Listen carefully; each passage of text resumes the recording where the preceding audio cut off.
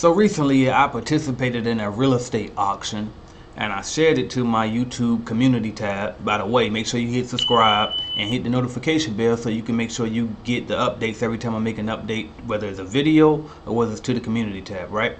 But I shared that I was participating in a real estate auction and I showed how I was participating, I was bidding on this property, right? And everybody was asking, okay, well, how did you do it, right? So I want to share you with you right now in this video how exactly I did it. Here we go. Headed to the top, ain't none of y'all stopping me. Used to say I never get a ring, Charles Barkley. Now I got a wife, got kids, own property. Bubble-eyed beans that look like that be watching me. Okay, I lied about the beans, but that was hard though. I'm still in that black act, but she starred though. Cause that's all it takes. I'm flashing for. I'm on my grind, not no more fashion show. What's up, y'all? I'm AJ Simmons, founder of the Clean Biz Network and GetPaidToBeYou.com. Today I want to talk to you about how to basically bid on real estate, alright? So you can participate in the real estate auction. So today what I'm going to use to explain that to you is VAAuctionCo.com. So this is a real estate auction that's based for Virginia properties, alright? But they also have auction.com for like properties all over the country, alright? But for now, we're going to focus on this one because this is the one I use. So I'm going ahead and I'm going to go into the website. And as you can see here, you just go to VAAuctionCo.com, alright? And so if you scroll down on the very first page, here's two auctions that they have going on right now. I wanted to share with y'all the actual auction that I participated in, but for some reason I can't find the screen recording that I made when I was doing it. But it was very intense at the last minute. People outbidding each other. I actually did lose the bid. It was, I think the property ended up selling for like 60-some thousand. I wasn't trying to spend more than 40,000. The property was only worth about 60-some thousand based on my estimates and my assessments. So I decided not to deal with it because I like to buy properties with equity, right? So basically, I'm on the website now. They say you got an auction here. So this one right here is a tax auction. This one is also a tax auction, all right? Sometimes they have just regular real estate auctions. Now, I'm going to be honest with you. I'm no expert at this, all right? This was my first time ever bidding on real estate, and I didn't win. So I don't even know what happens after you win. I do know based on what I've read, which I'll show you in a minute, but actually like hand first knowledge of what happens after you do it, I really don't know, all right? So since I didn't really actually experience it. So I'm going to click on this Suffolk tax auction, all right? And as you can see, everything is online. I actually was doing it from my phone. They have a mobile app as well. So if you just look for their mobile app, Virginia Auction Co. mobile app in your mobile app store, you'll see it up there, right? So this is one property they have here. It's a piece of land. This one they have right here is another land. This right here is a piece of land that looks like beside that that house. This one's a piece of land. I'm trying to see if I can find one with an actual real estate already built up there. All right, let's see. Yeah, this one is all land. Let's try the other auction and see if they got anything with some actual properties on there.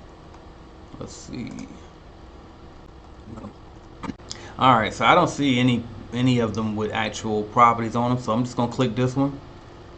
All right, move my face out of the way. And as you can see, all you would do is just click bid now if you want to bid. All right, they got the details right here. It's basically 0.14 acres of land. And then they got the assessment is about $1,400. All right, so if you bidding on this property, you probably don't want to go nowhere close to that assessment. If it's worth $1,400, I wouldn't spend no more than $800 on it, if that. All right, so click on that, and now you see we actually got the property open up. Now here's how I found out what goes all into it after you bid and whatever, if you were to win a bid. Because if you look here, they got the details of the property here, which ain't much details. And you come here, this is the actual contact information where you can call and contact them. And then this right here is where they have all of the details, right, about how the auction works and everything. So you can see this auction right here closes on September 8th at 10 o'clock.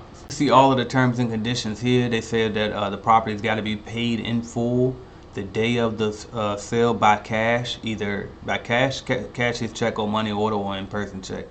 The successful bidder has to deposit the bid price, a 15% buyer premium. So this one is a little bit different than the one I participated with, because the way the one I worked, the one that I did worked was you put 10% down up front on the day that you win the auction, and then you got 30 days to get in the rest of the money. So I guess since this one is an actual tax auction, that's why it's different. But the one I participated in was just a regular general real estate auction. And so another thing that I didn't notice, like with the real estate auction that I did, I don't know if they like owe back taxes on the property or what the case may be. I don't know if there were other liens against the property. So maybe the mortgage might have been paid off, but maybe there somebody might have borrowed a personal loan and used their house as collateral, right? So those are the things that if I were you, if you're going to participate in an auction like this, I would call this people and ask them, because I don't know. All right, again, I didn't win, and I honestly was just blind bidding because I wanted the property that I saw. It was a lot of equity in it if I got it at the price that I wanted, and so I knew that based on, even if there was like some back taxes owed, it wouldn't have been much, right? Because I looked at, so what I did was when I found the property address, I went here and I went to the city website that I wanted to look up the property taxes on. I'm gonna see, okay, the property. Oh, actually, you can go. Let's just say, for example, they don't have the. Oh, they got the address here. Okay, bam. So what I did was I would copy that and look it up on a different website, like Trulia or something like that. So Carrollton, VA.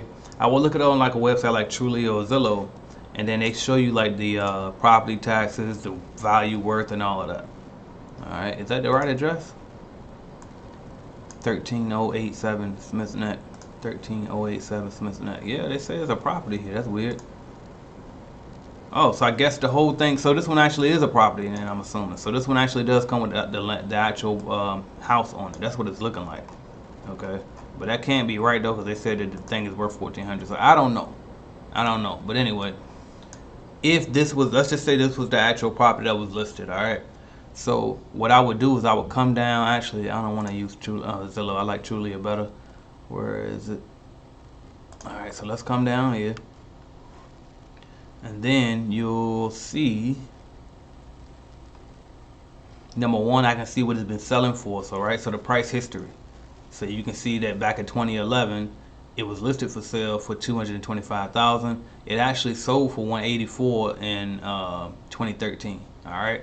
So what that tells me was, if you're looking at this and you see it sold for $184, if they had more like different sales, then I could judge that better. But if you can't judge that, because let's just say they had one that said 184, then they had one for 79,000 and one for 80,000 and one for 79,000 that sold in the past, then what I would know is, okay, that 184, that's when the market was up, and then I don't buy on the up, buy it when it's low. So I wouldn't pay 184 if they sold for 80,000 in the past and then 70,000 another year. I would try to get it somewhere around the 90,000, 100,000 range, and not at that high value mark. All right.